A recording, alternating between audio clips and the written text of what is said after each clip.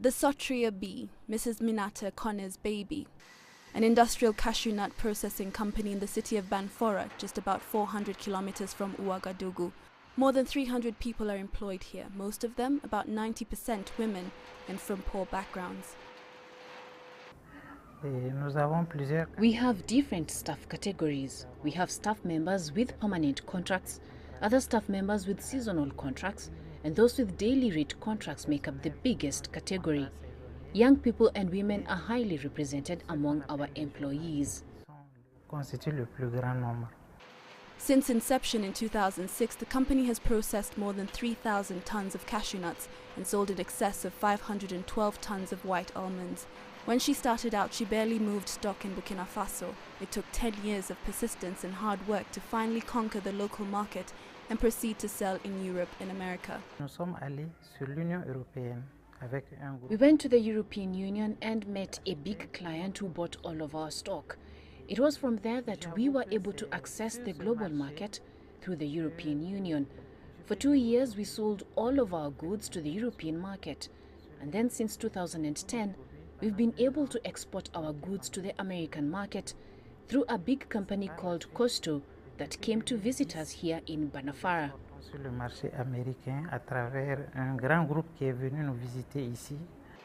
But still there exist other challenges.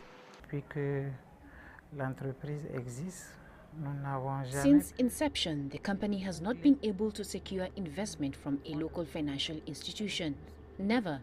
At Sotrabi, our funds come especially from outside sources, and it becomes very expensive and costly and takes a toll on the company.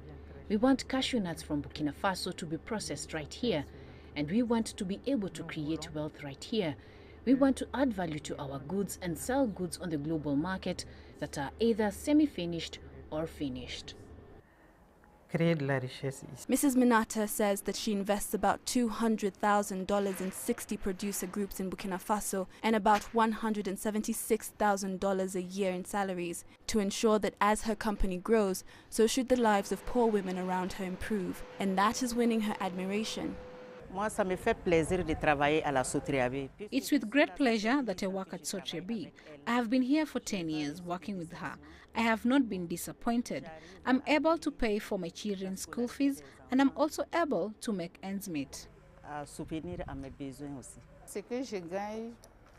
I've been able to make investments with what I earn.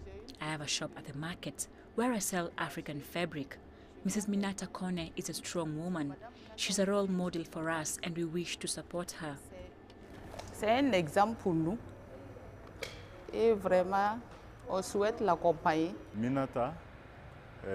Minata, the chief executive officer, wanted someone to support her in her work and in the development of her ideas.